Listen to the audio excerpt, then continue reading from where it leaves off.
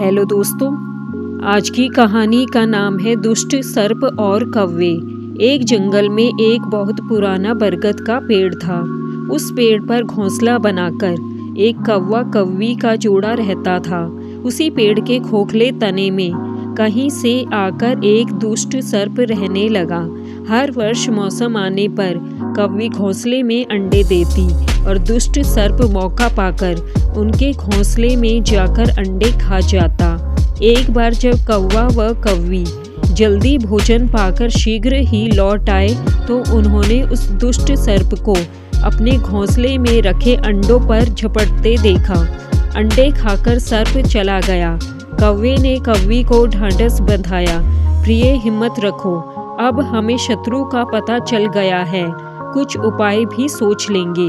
कौवे ने काफ़ी सोच विचारा और पहले वाले घोंसले को छोड़ उससे काफ़ी ऊपर टहनी पर घोंसला बनाया और कौवी से कहा, यहाँ हमारे अंडे सुरक्षित रहेंगे। हमारा घोंसला पेड़ की चोटी के किनारे निकट है और ऊपर आसमान में चील मंडराती रहती है। चील सांप की बैरी है। दुष्ट सर्प यहाँ तक आने का साहस नहीं कर पाएगा। कौवे की बात मानकर कौवी ने नए घोंसले में अंडे दिए, जिसमें अंडे सुरक्षित रहे और उनमें से बच्चे भी निकल आए। उधर सर्प उनका घोंसला खाली देखकर यह समझा कि उसके डर से कौवा कौवी शायद वहां से चले गए हैं, पर दुष्ट सर्प टोह लेता रहता था। उसने देखा कि कौवा कौवी उसी पेड़ से उड़ते हैं और लौटते भी वहीं हैं। उसे यह समझते देर नहीं लगी कि उन्होंने नया घोंसला उसी पेड़ पर ऊपर बना रखा है। एक दिन सर्प खोह से निकला और उसने कौवों का नया घोंसला खोज लिया। घोंसले में कौवा दंपत्ति के 3 नवजात शिशु थे। दुष्ट सर्प उन्हें एक एक करके घपाघप निगल गया और अपने खोह में लौटकर डकारे लेने लगा। कौवा व कौवी लौटे तो घोंसला खाली पाकर सन्न रह गए। घोंसले में हुई टूट-फूट व नन्हे कौवों के कोमल पंख बिखरे देखकर वह सारा माजरा समझ गए। कौवी की छाती तो दुख से फटने लगी। कौवी बिलक उठी, तो क्या हर वर्ष मेरे बच्चे सांप का भोजन बनते रहेंगे? कौवा बोला, नहीं, यह माना कि हमारे सामने विकट समस्या है, पर यहाँ से भागना ही उसका हल नहीं है। विपत्ति के समय ही मित्र काम आते हैं। हमें लोमड़ी मित्र से सलाह लेनी चाहिए। दोनों तुरंत ही लोमड़ी के पास गए। लोमड़ी ने अपने मित्रों की दुख भरी कहानी सुनी। उसने कौवा तथा कौवी के आंसू पोंछे। लोमड़ी ने काफ़ी सोचने के बाद कहा, मित्रों, तुम्हें वह पेड़ छोड़कर जाने की ज़रूरत नहीं है। मेरे दिमाग में एक तरकीब है जिससे उस दुष्ट सर्प से छुटकारा पाया जा सकता है।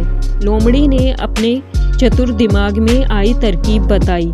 लोमड़ी की तरकीब सुनकर कौवा कौवी खुशी से उछल पड़े। उन्होंने लोमड़ी को धन्यवाद दिया और अपने घर लौट आए। अगले ही दिन योजना अमल में लानी थी।